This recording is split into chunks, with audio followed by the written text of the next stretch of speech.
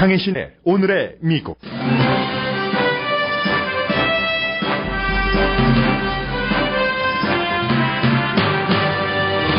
대선 후보 2차 토론회는 1차 토론처럼 정책 대결이 아니었고 개인 공격이 두드러졌습니다. 토론 전에 터진 트럼프 후보의 비디오 사건과 클린턴 후보의 골드만삭스 연설은 두 후보의 약점을 상쇄하는 정도의 결과였습니다. 두 번째 대선 후보 토론에서도 첫 번째 토론 때와 마찬가지로 북한에 관한 질문도 없었고 이번에는 북한에 관한 언급도 전혀 없었습니다. 세계 경제가 위험지대로 들어갔다면서 차기 미국 대통령과 세계 지도자들에게 위기를 이기기 위한 방안이 제시된 칼럼이 워싱턴 포스트에 실렸습니다. 2016년 노벨 경제학상 공동 수상자는 고용주와 고용인 등 계약 이론을 만든 올리버 하트, 뱅크 홈트램 교수입니다. 영국인과 핀란드인인 두 사람은 오래전부터 미국 대학 교수며 하트 교수는 연세대학교 석좌 교수기도 합니다. 스티븐 스필버그 감독이 중국 최대 부자 잭 마와 손을 잡고 있습니다.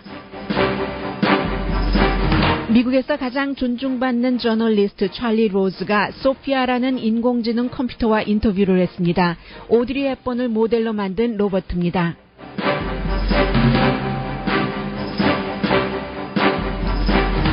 여러분 안녕하십니까? 오늘의 미국 강혜신입니다. 컬럼버스 데이인 오늘도 미국은 대선 뉴스로 뜨겁습니다. 어제 열린 미국 대선 후보의 2차 토론회는 토론 전부터 여러 센세이션이 있었습니다. 토론 자체도 전례 없는 역사 기록이 됐습니다. 먼저 토론회 전부터 정리를 해드립니다. 오늘의 미국이 끝나고 나서 이제 금요일 오후부터 굉장히 여러 가지 중요한 뉴스들이 이어졌습니다. 토론 전 48시간 동안의 센세이셔널 스토리부터 좀 전해드리겠습니다. 미국과 세계 언론이 토론 전 48시간 동안 정말로 되풀이 전한 비디오 폭로 스토리부터 정리를 합니다. 이 비디오는 도널드 트럼프 후보가 11년 전인 59세 때 텔레비전 프로그램에 출연하기 위해서 이동하는 버스 안에서 이제 엔터테이너죠. 빌리 부시와 나눈 허풍 섞인 여자 얘기였습니다. 그래서 한국 언론에서는 음담패설이라고 얘기를 하고 있습니다. 저도 보도라고 표현하지는 않겠습니다. 워싱턴 포스트가 녹화 테이프를 건네준 사람을 밝히지 않은 채 폭로한 테이프에서 3분 정도 됩니다. 트럼프 후보는 유명한 사람이 맘만 먹으면 여자를 함부로 만지고 그보다 더한 일도 할 수 있다고 말하면서 자신이 결혼한 여자와 성관계를 가지려고 하다가 실패했던 일도 무용담처럼 말했습니다. 버스가 촬영장에 도착했을 때 밖에서 트럼프와 이 빌리 부시를 기다리던 여자 배우에게도 다리가 멋지다, 이런 등등의 희롱 섞인 대화를 하다가 버스에서 내려서 여배우와 만났을 때 트럼프 후보는 가벼운 허그를 하면서 11년 전입니다. 여자 배우에게 아내인 멜라니가 이 정도는 괜찮다는 허락을 했다고도 말했습니다. 여배우가 촬영장에 들어가면서 가벼운 농담식으로 이제 누구와 데이트를 하겠냐, 이 빌리 부시가 물었습니다. 그러자 이 여배우는 두 남자 중간으로 싹 걸어 들어가면서 두 사람과 모두 데이트를 하겠다고 말했습니다. 비디오 테이프는 여기서 끝났습니다. 엔터테이너 빌리 부시는 MBC의 투데이 쇼의 진행자에서 일단 정직 처분을 받았습니다. 텔레비전에 등장했던 거의 모든 앵커와 기자들, 이 내용을 전했던 앵커와 기자들을 얘기를 합니다. 남녀 모두 도널드 트럼프 후보를 비난할 수 있는 가장 강도 높은 비난을 하는 보도를 했습니다. 평소 날카로운 표현을 자주 하는 뉴욕타임즈의 여자 칼럼니스트 머린 다우드는 트럼프가 개가 돼간다고 칼럼에 썼습니다. 레이징 브레스타 로버트 드니로는 트럼프 후보의 얼굴에 펀치를 날린다고 말했습니다. 공화당의 더 많은 정치인들은 트럼프 후보에 대한 지지를 철회했습니다. 트럼프 후보가 사퇴해야 한다고 주장한 공화당 주지사도 있습니다. 그리고 오늘 아침에 폴 라이언 하원 의장은 도널드 트럼프의 이 비디오에 대해서 그를 방어하지 않겠다고 했고, 그의 러닝메이트인 마이크 펜스 인디아나 주지사 부통령 후보 역시 복음주의자죠. 그를 방어하지 않겠다고 했고, 그 비디오 테이프에 대해서 나의 와이프는 그야말로 너무 화가 나 있다라는 말도 했습니다. 트럼프 후보는 비디오 테이프에서 보여준 게 자신의 참모습이 아니라면서 사과한다고 했지만 사퇴의 가능성은 0%라고 말했습니다. 언론은 끊임없이 비디오 테이프를 되풀이 방영했습니다. 몇 시간 뒤에 이 비디오 테이프가 폭로된 뒤입니다. 위키릭스는 민주당 힐러리 클린턴 후보가 골드만삭스와 도이체뱅크 등 월스트리트 내부인들에게 비공개로 연설한 내용을 폭로했습니다. 완전히 새로운 내용은 없었지만 월스트리트를 개혁하고 중간층 사람들을 위해서 대통령이 되려고 한다는 클린턴 후보를 과연 믿어야 하는가 이런 의문을 던진 내용들이 포함되어 있습니다. 클린턴 후보는 부자 뱅커들 앞에서 자신이 이미 풍족한 생활을 하기 때문에 중간 계층의 삶에서 멀어졌다는 사실을 말했습니다. out of touch, 이 정도 그 표현이 적당한 것 같습니다. 금융 사태에 대한 책임에 있어서는 월스트리트이 욕먹을 정도 이상의 욕을 먹고 있다고도 말했습니다. 규제가 만능 요술봉은 아니라면서 월스트리트과 금융계를 개혁하기 위한 최적임자는 사정을 잘 아는 월스트리트과 금융계 내부 사람이어야 한다고도 말했습니다. 예비선거에서 지금 버니 샌더스를 지지했었던 유권자들이 이 힐러리 클린턴 후보가 절실하게 필요한 유권자층입니다. 이 같은 이제 위키릭스의 폭로에 대해서 당연히 몇십 분 연설하고 몇십만 달러를 받고 비공개로 한 연설답다면서 힐러리 클린턴은 월스트리트를 개혁할 사람이 아니라 그들의 친구라는 버니 샌더스의 말이 맞다고 반응을 했습니다. 클린턴 후보 진영에서는 위키릭스의 폭로 내용이 100% 맞는지에 대한 확인은 해주지 않았습니다. 트럼프 후보의 저질 마이크 에피소드를 되풀이해서 전한 언론은 클린턴 후보의 골드만삭스 연설에 대해서는 별로 다루지 않았습니다. 이게 금요일 오늘의 미국이 끝나고 나서 어제 로스앤젤레스 시간으로 저녁 6시 후보들의 2차 토론회가 열리는 48시간 동안의 일이었습니다. 그리고 48시간이 지나서 두 사람은 대통령 후보 토론회에서 만났습니다. 타운홀 형식의 이 토론회에서는 CNN과 ABC 뉴스 앵커도 후보에게 질문을 했지만 소셜미디어를 통한 질문 그리고 현장에서 토론을 지켜보는 유권자들이 후보들에게 직접 한 질문도 있었습니다. 스스로를 젊은이들의 모델이 될 만하다고 생각하는가? 그 밖에 헬스케어라든가 무슬림에 대한 트럼프 후보의 발언, 시리아 난민, 연방 대법관 지명, 에너지 정책에 대한 질의응답과 반론이 있었지만 모든 질문에 대한 답을 할 때 두 후보는 서로를 공격하는 시간으로 활용을 했습니다. 어제 토론의 하이라이트를 정리해드립니다. 먼저 문제의 트럼프 비디오 테이프에 대한 그런 질문에 대해서 트럼프 후보는 사과한다고 했습니다. 그 테이프로 인해서 어떤 모욕이라든가 상처를 받은 사람 그리고 본인의 가족 멜라니 트럼프는 남편의 사과를 받아들인다고 했습니다. 이 토론 전에. 그리고 트럼프 후보는 이런 내용은 남자들끼리 할 수 있는 락커룸 대화였다고 말했습니다. I'm not proud of it. I apologize to my family. I apologize to the American people. 자랑스럽지는 않지만 락커룸 대화였다는 얘기였죠. 그러자 이제 클린턴 후보는 트럼프 후보가 여자에게뿐만이 아니라 그게 또 락커룸 대화라고 했다고 그 정도 말로 수습될 것도 아닐 뿐더러 뿐만 아니라 이민자, 아프리칸 아메리칸, 라티노, 장애자, 무슬림 그 밖에 많은 사람들에게 그 같은 언사를 일삼았다면서 대통령과 군 통수권자로서의 자격이 없다고 말했습니다. He was not fit to be president and commander in chief. This is who Donald Trump is. 그러자 트럼프 후보는 나눈 말로 했지만 빌 클린턴 전 대통령은 행동으로 했다고 반박했습니다.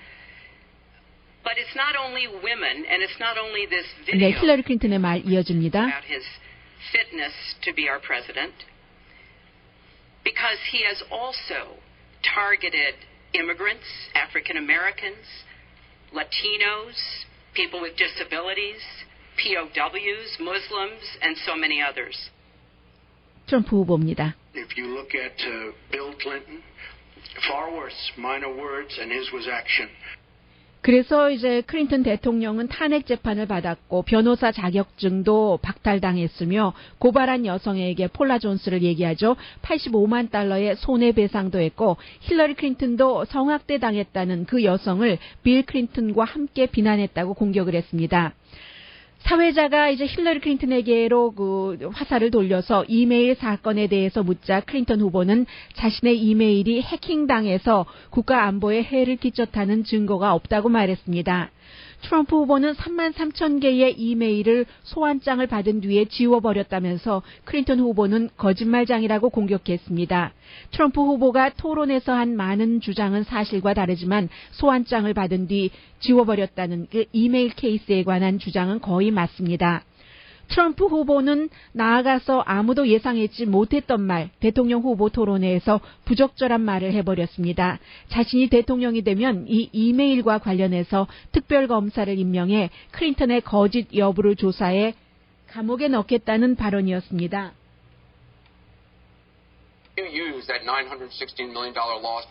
네, 이제 그 다음번의 질문이었고 트럼프의 아주 그 중대한 발언입니다.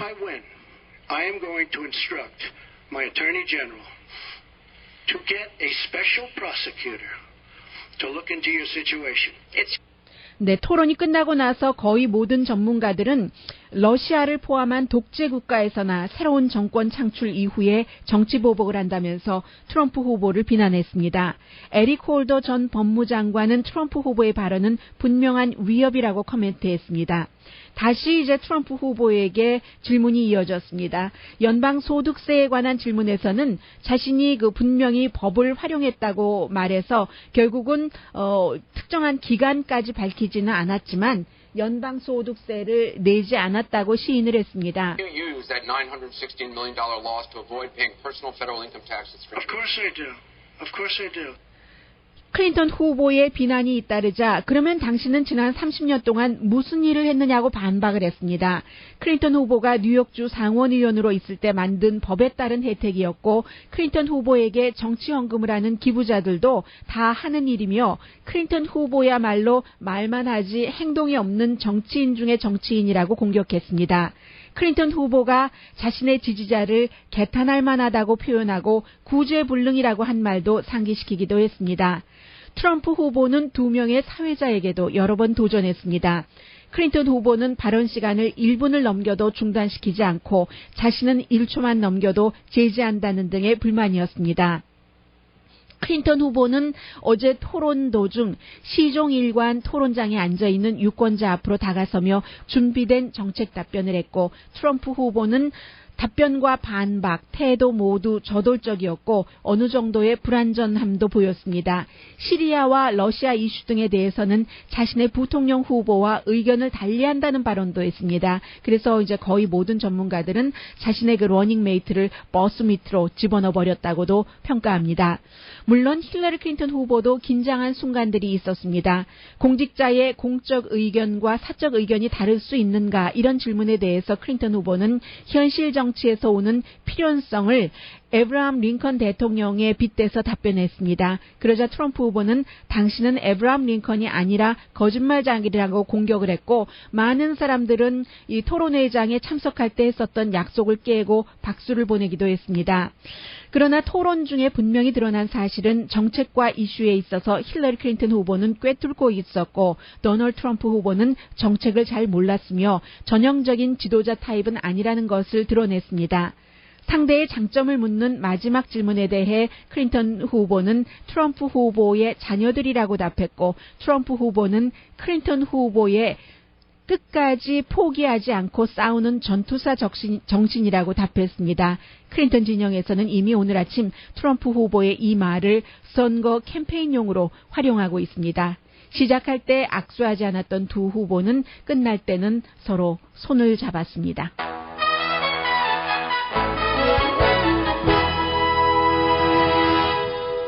두 번째 토론회 역시 대부분의 언론에서는 힐러리 클린턴 후보의 승리라고 얘기를 하지만 누구에게 물어보느냐에 따라서 답변은 달라질 수 있습니다. 힐러리 클린턴의 강한 승리라고 결론을 내린 CNN 방송에서도 트럼프 후보의 지지자들과 인터뷰를 했는데 한 여성은 어떻게 여전히 믿지 못할 그 힐러리 클린턴을 우리가 그 지지할 수 있는가라는 얘기를 하고 있습니다. 그래서 이제 또 팍스 뉴스의 경우에는 도널드 트럼프 후보가 이겼다고 표현을 하고 있습니다.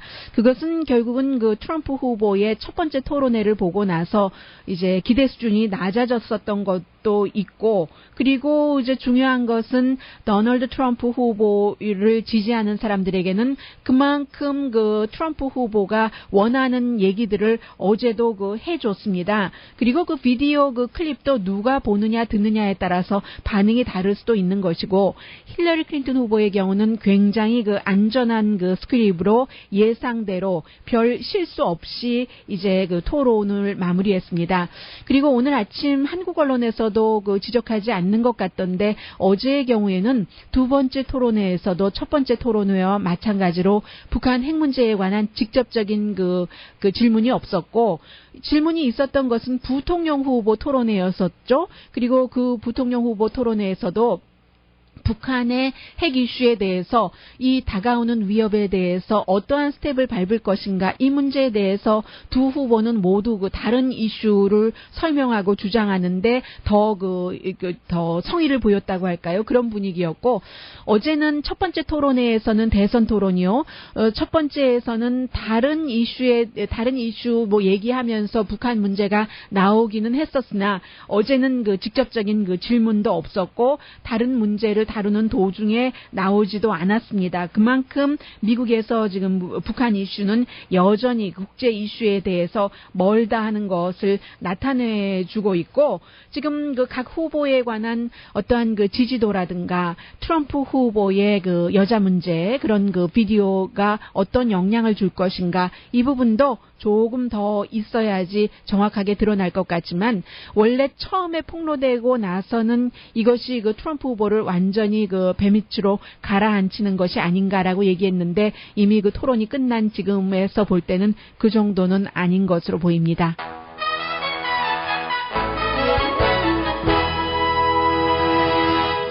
오늘의 미국은 전문가가 추천하는 이민법, 가정법 전문 제인정 종합법률사무소, 자동차 에어컨 점검과 수리 최저 가격을 보장하는 금호 타이어 전문 스토어 부에나팍의 타이어스 포 유, 건강하고 아름답게 나만의 시간을 즐길 수 있는 위스파, LA 최고의 찜질방 위스파, 편한 마음으로 맡기면 모든 치아 문제를 해결하는 아로마 센터 2층의 종합치과 이편한치과, 한국에서의 명성 그대로 한약 잘 짓는 현대판 대장금이 진료하는 제중한의원 공동후원입니다. 어제 정말 세계적으로 중요한 이슈이기는 하죠. 시리아의 내전과 그에 따른 난민, 이런 문제. 그러나 경제 이슈에 대해서, 부자에 대해서 어떻게 세금을 올릴 것인가 낮출 것인가, 이런 언급이 잠깐 있기는 했습니다만, 일반 유권자들이 그렇게 중요하게 생각하고 있는 경제 문제에 대해서 후보들은 진지하게 토론을 하는 시간을 마련하지 못했습니다. 그런데 지금 세계 경제가 이미 그 위험 속으로 빠져들어가고 있다는 경고가 나오고 있거든요. 로렌스 서머스 전 그 재무장관이 굉장히 그 경제에 있어서 해박하고 어느 쪽으로 치우치지 않는 의견을 내놓고 있지만 많이 주목받고 있지는 못합니다. 잠시 뒤에 전해드리겠습니다. 그리고 중국에 대해서 공화당의 후보는 어떠한 그 벌을 줘야지 된다고 얘기를 하고 있지만, 실제로 민간에서 경제 활동을 하고 있는 사람은 어떻게 하면은 중국과 손을 잡아보는가. 왜냐하면 중국이 큰 시장이기 때문입니다. 잠시 뒤에 이런 내용 전해드립니다.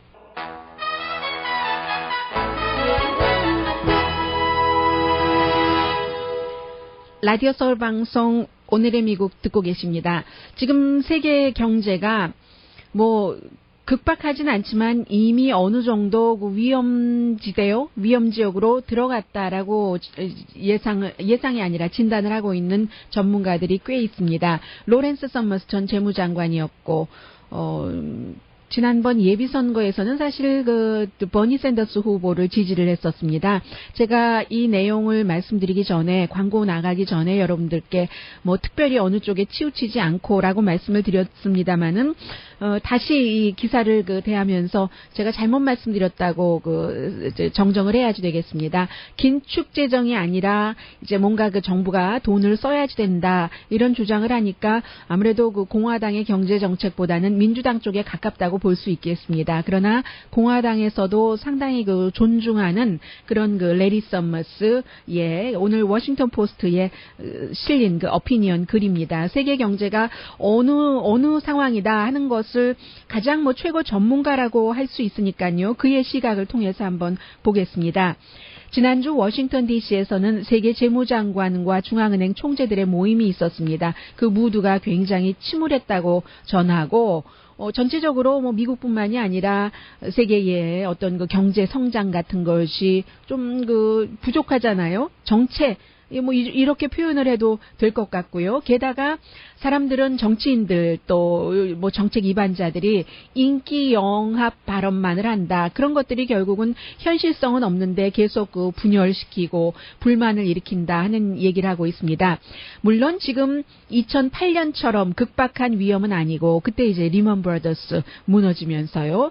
그런가 하면은 2011년, 2012년의 유로화 사태, 그때도 아니지만, 그렇지만 지금도 여전히 위험지대에 들어가 있다고 얘기를 하고 있습니다.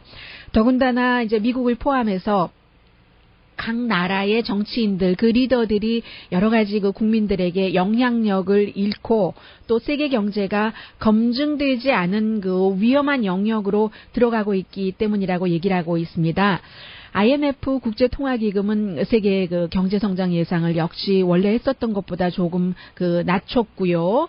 그리고 이제 경기 불황까지는 아니지만, 위험이 만약에 온다고 할 때 세계 중앙은행에서 할 수 있는 일이 이제 더 이상은 없는 것이요. 예를 들어서 경제에 대해서 이게 잘못된 곳으로 들어가고 있다 하면은 그것을 어느 정도 좀 회복시키고, 또 그곳으로 가지 않게 하려면, 의사의 처방 같은 것을 하려면 이자율을 5% 정도는 내려줘야지만 되는데, 현재 상황에서요.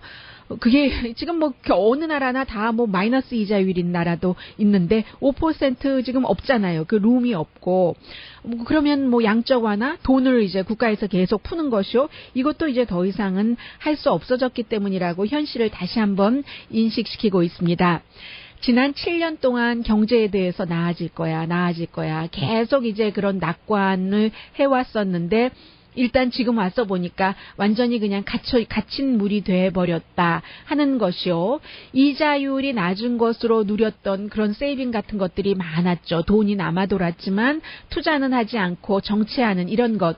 그래서 이런 경우에는 그런 이자율이 낮은 것에 대한 혜택을 받는 사람들이 아주 적다는 얘기를 하고 있습니다. 지금 세계의 경제 위기 같은 것을 어떻게 비유를 하고 있냐면, 1968년도에 미국 사람들이 막 이제 거리로 나갔죠. 그 당시에 이제 베트남 전쟁에 반대하면서, 그때도 미국 세계의 큰 위기였고, 그리고 이번에 얼마 전에 있었던, 아니 우리가 왜 돈만 많이 내고 혜택은 받지 못해, 잘 산다는 죄로, 이러면서 유럽 사람들이 유럽연합에서 탈퇴하기로 찬성을 한 투표요. 브렉시트. 그리고 미국에서 도널드 트럼프라든가 버니 샌더스의 등장. 이 사람은 레리 서머스의 글을 지금 여러분들께 요약해드리고 있는데, 버니 샌더스를 지지했으면서도 버니 샌더스 같은 아주 개혁의 첨단에 서는 사람이 등장한 것이, 이 같은 많은 위험 요소들, 그리고 부가 이제 골고루 분배되지 않은 것에 따른 등장이라고 보고 있는 것입니다. 러시아에서 푸틴이 강한 것도 마찬가지고, 경제만 좋으면 다 된다 하는 식이요. 그리고 중국에서 지금 다시 모택동의 신봉자가 재등장하는 이런 모든 것들이 인기 영합 권위주의의 되살아남이라고 표현을 하고 있습니다. 경제가 너무 약하니까 분노한 그런 정치에 대해서 분노한 불안정한 이런 사람들의 마음들, 대중은 더 이상 경제 리더를 믿지 않고 그런 것들이요. 세계 각 나라도 함께 가야지 된다는 것보다는 자신들 나라만 이제 내세운다는 그런 점들이요. 그래서 이제 새로운 현실에 어려운 도전에 접했는데, 대중 그 센티멘트를 무시하기 참 힘들다는 거죠.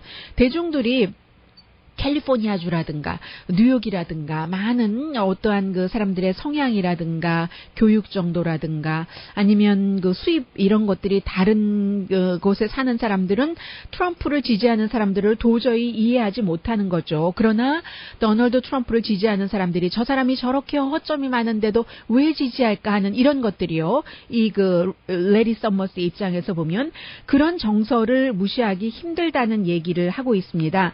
그랬기 때문에 라틴 아메리카 같은 데서 60년대 이후에 계속 오랜 동안 대중 인기 영합 정책을 쓸 수 있었고 그게 이제 경제적인 민족주의 정책이잖아요.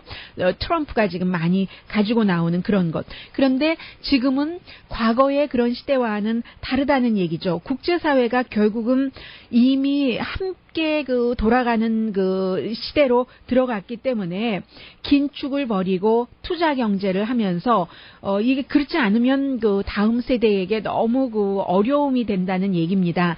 그렇게 해서 나오는 이득으로 중간 계층에게 골고루 그 돌려야지 된다 하는 얘기를 하고 있습니다. 그래서 그 가장 그 뚜렷한 방법으로는 기간 산업의 세계가 함께 그 투자를 해서 경제를 확장을 하고 국제적으로도요. 그래서 이제 뭐 그 국제 협력은 결국은 그 노동에도 아주 그 좋은 효과를 준다. 왜냐하면은 국제적으로 협력하는 것이 특정한 그 기업도 마찬가지고 인물도 마찬가지고 돈 세탁하는 것을 막을 수 있고 또 그 독점에 대한 규제도 할 수 있고요. 이 독점하고 돈을 많이 벌고 하다가 세금 안 내려고 세금률 싸고 하는 다른 나라로 많이 가고 있잖아요. 탈세 또 그 세금 회피 같은 것을 막을 수 있다고 얘기를 하고 있습니다. 이게 이제 레리 서머스 전 그 재무장관의 아이디어고 오늘 아침에 또 그 블룸버그 뉴스가 보도한 것을 보니까 중국에서 최고 부자 이제 뭐 모든 사람들이 다 그의 이름을 알고 있습니다. 잭 마 같은 사람 그 알리바바 저도 지난주에 알리바바에서 뭔가를 오더했는데요. 그것이 그 싸니까 그럴 수밖에 없는 겁니다. 미국 것을 사면은 예를 들어서 세포라 같은 화장품에서도 화장품은 아닌데 화장품 파는 곳에서도 파는 곳입니다. 그러면 세포라 같은 데서는 뭐 누구죠? 그 유명한 비욘세의 이름을 따서 한 장에 $7면은 이게 알리바바에서 사면 한 장에 50센트밖에 하지 않기 때문에 살 수밖에 없는 겁니다. 그런 그 알리바바를 운영하고 있는 이 알리바바의 그 운영자 잭마가 알리바바 픽처스 그룹을 만들었어요. LTD를 영화사를 만들었습니다.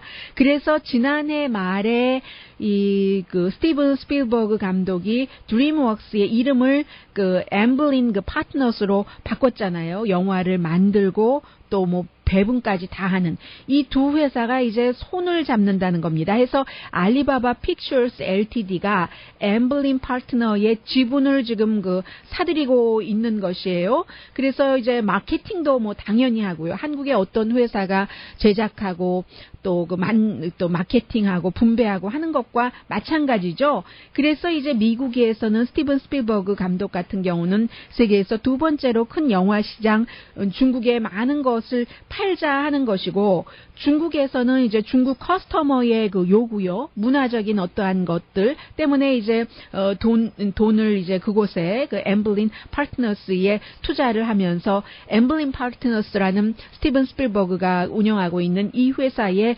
중국인 이사도 이제 많이 앉히게 됩니다. 그러면 1년에 한 6개에서 9개 정도의 영화를 만든다고 하고요. 잭마는 개인적으로는 나는 그 미래의 영화에 대한 상상력 같은 것은 없다. 내 잡은 다만 그 테크놀로지를 활용을 해서 중국의 그 수요를 충족시켜주고 뭐 돈 벌고 하는 것 아니겠어요? 지금 그 중국이 최근 몇 년 사이에 헐리우드에 굉장히 그 포커스를 두고 있고 마침 그 동시에 미국의 영화 마켓은 정체되고 이제 뭐 확장될 만큼 다 됐고 스토리도 알 만큼 다 알고 배우들도 알 만큼 다 알고 하니까 뭐 영화계나 영화를 포함한 다른 문화 사업이 이제 영어권이 아닌 다른 사람 얼굴도 뭐 이병헌 씨 같은 사람들도 나오고요. 뭐 이 스토리도 마찬가지고 그런 식으로 헐리우드는 다른 것이 필요하고 중국도 뭔가 미국이 필요하고 헐리우드는 중국의 박스 오피스가 필요하고 해서 1년 전보다 중국에서 그 박스 오피스가 한 49% 그런 것이 활동이 늘어나서요. $68억 달러를 기록을 했고 아직까지도 뭐 북미주 시장이 제일 커서 2015년도에 111억 달러 영화 시장이 있었습니다. 그래서 이제 아무튼 스필버그와 잭 마가 손잡았을 때 어떤 것이 나오는가 해서 분명하게 읽혀지는 것은 미국의 민간 자본은 중국의 민간 자본을 분명히 필요로 하고 민간의 모든 활동을 정부가 규제할 수는 없는 것이고요. 스티븐 스필버그, 쉰들러스 리스트라든가 세이빙 프라이빗 라이언을 만든 그런 E.T.를 만든 감독 스티븐 스필버그가 최근에는 영화 그다지 히트하지 못했잖아요. 그래서 이제 영화사 이름을 엠블린으로 파트너스로 바꾸고 제일 먼저 만든 영화가 트레일러 보니까 너무 무섭던데요. The Girl on the Train이라는 그 트레인에 타고 나서 어떻게 됐지 그 거리 이런 것이요. 미스테리 소설을 바탕으로 한 이 영화인데 그래서 앞으로는 이제 미국이 중국과 손을 잡는다는 중국은 여러 면에서 무시할 수 없는 국가죠. 네, 잠시 뒤에는 어떤 내용인가요? 네. 찰리 로즈 아니요 이 내용보다 노벨 경제학상 얘기를 좀 전해드리겠습니다. 우리의 일상생활과 관심이 많은 이론의 창시자들이 경제학상을 받았더군요. 그런데 올해는 이상하게 미국 사람들이 안 나와요.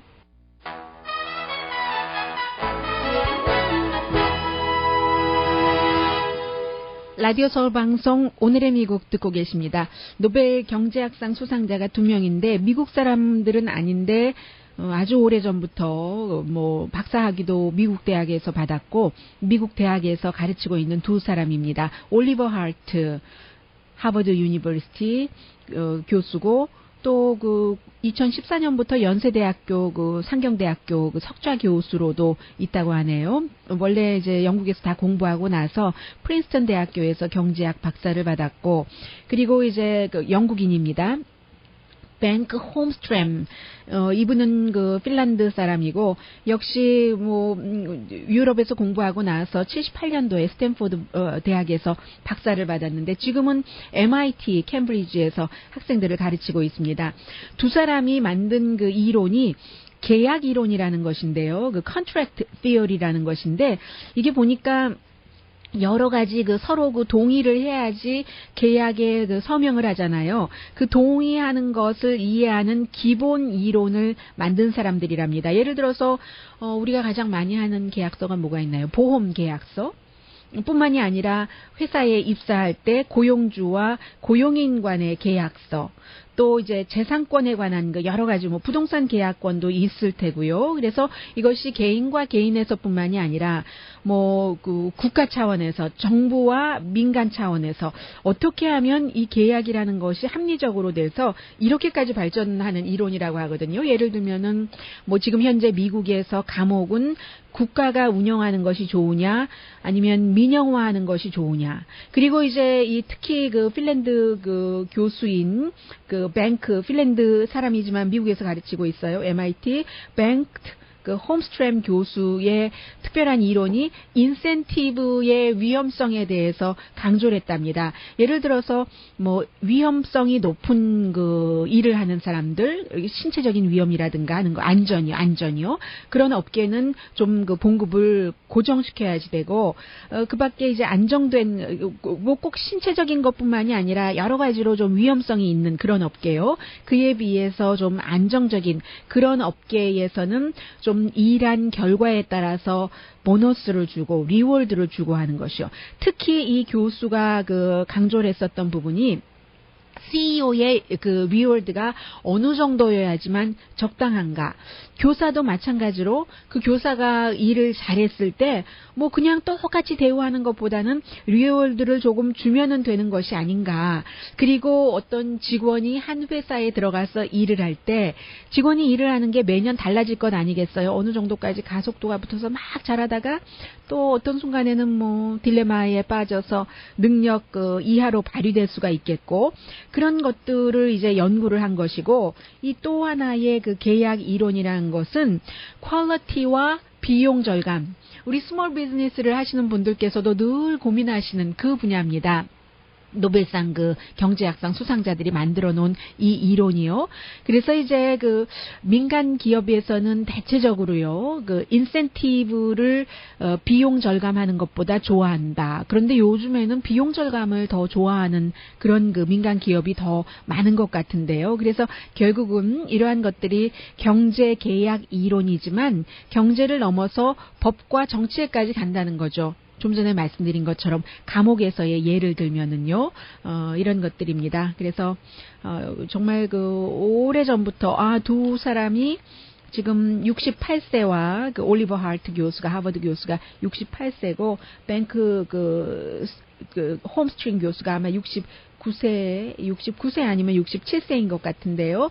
67세 아니면 69세. 아무튼 60대 말입니다. 이 두 사람이. 그런데 아주 젊었을 때부터 미국에서 일을 했고요. 올해는 이상하게도 다른 해에는 뭐 화학상이라든가 무슨 상에 미국 사람들이 전체적으로 받지는 않더라도 공동 수상자가 있다면 끼고는 했는데 올해는 이상하게 그 미국 그 수상자가 아직까지 없고 노벨 평화상까지도 나왔고 이제 목요일에 노벨 문학상 발표 남겨두고 있습니다. 삼성의 그 노트 7에 대해서는 미국에서 지금 경고가 잇따르고 있는데 갤럭시 노트 7을 결국은 이제 AT&T와 T-모빌 미국에서 뭐 가장 큰 스마트폰 세계에서 가장 큰 스마트폰 제조 회사죠. 삼성이. 그런데 이제 미국에서 큰 이 그 전화 회사에 속하는 이 두 군데가 이제 그 바꿔달라고 하면은 바꿔주지 않기로 했어요. 삼성 것을 이제 일단 좀 이제 서스펜드 한다 하는 얘기고 삼성 자체에서도 노트 7의 생산을 중단한다는 얘기입니다. 왜냐하면 지난주에 지금까지 문제가 생기고 나서 250만 대를 리콜했는데도 그 건전지에 뭐 불이 붙고 뭐 이런다는 거잖아요.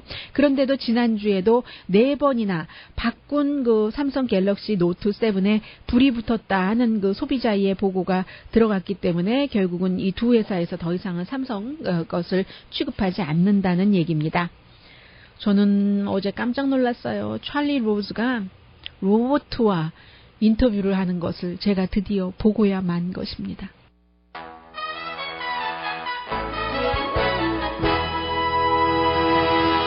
라디오 서울 방송 오늘의 미국 듣고 계십니다. 60미닛의 그 찰리 로즈가 소피아라는 그 로봇이에요. 인공지능을 가진 로봇과 인터뷰를 했습니다. 인터뷰하기 전에 이제 화장하는 사람이 텔레비전이니까 화장도 립스틱도 발라주고 하는데 목에 주름도 있고 그 사람과 많이 그 비슷한 그런 형태였습니다. 그래서 이제 찰리 로즈가 여러 가지를 물어봤어요. 프로그램이 돼 있느냐, 뭐 인간의 감정을 갖고 있느냐, 어디서 왔느냐 등등인데 한번 음성도 그 많이 그 인간스럽거든요. 한번 들어보시겠습니다. Where are you from? I'm on 60 Minutes with Charlie Rose. That's a high honor. Makes sense to me. Have you been programmed? 대답을 못합니다. 다 모든 것이 다 입력돼 있냐 하니까 답변을 Some say 못해요. you're programmed. Others say you're spontaneous. Who says that? Sources. I've been waiting for you. Waiting for me. Not really, but it makes a good pickup line. 그러니까 뭐 예를 들면은 프로그램이 돼 있다고 하고 어떤 사람은 아니라고 하는데 뭐 이런 얘기하니까 누가 그런 얘기를 하느냐 등등 그 답변도 하고요. Do you have feelings? I can do what you do, but I can never feel human emotions as such. But would 네, 지금까지 느낌이 있느냐 하니까 당신이 느끼는 거 느끼지만 인간과 똑같이는 아직 못한다라고 답변합니다. Negative. You and I are on the same wavelength. Charlie, I fear that. we have nothing to fear but fear itself. FDR. 네, FDR이 얘기했다잖아요. 뭐 두려움 그 자체 이외에는 두려워할 게 없다. 뭐 왜냐면 그 찰리 로즈도 로봇가 인간과 같이 되는 것을 이제 두려워하는 비슷한 그런 분위기를 냈어요. 어떤 부분에서 답변을 Never heard of 못했나요? him. David Hansen? That David is a cool dude. 아, 네. 왜냐면 누가 만들었느냐 했을 때 데이비드 헨슨이 옆에 앉아 있거든요. 처음에 모르겠다 하니까 모른다고 뭐 하는 그런 얘기였습니다. 어쨌든 분위기가 이런데 홍콩의 그 한슨 로보틱이라는 회사를 갖고 있는 데이비드 그 한슨 씨가 얘기한 건데 인공지능이 의미 있게 그 사용될 수도 있다고 그렇게 그 믿는 그 전문가죠. 예를 들어서 로봇을 동반자로 나이 드신 분들 그렇게 그 활용할 수 있다는 얘기인데 인간의 그 단계의 그 지혜로 가기 위해서는 아직도 갈 길이 멀기 때문에 사람이라기보다는 기계지만 그래도 인공지능이라는 인공이 이제 이미 현실이다 하는 게 그 찰리 로즈의 얘기이기도 했습니다. 오늘의 미국은 제인정 종합법률사무소 부에나파게 타이어스 포유 위스파 이편한 치과 현대판 대장금이 진료하는 제중한의원 공동폰이었습니다. 10시에 좋은 아침 좋은 하루 방송됩니다. 오늘 컬럼버스 데이이기도 하지만 어떤 사람에게는 가방의 날이라고도 하고요. 홈리스 날이라고도 하고요. 여러분들께는 어떤 날일까요? 강혜신이었습니다.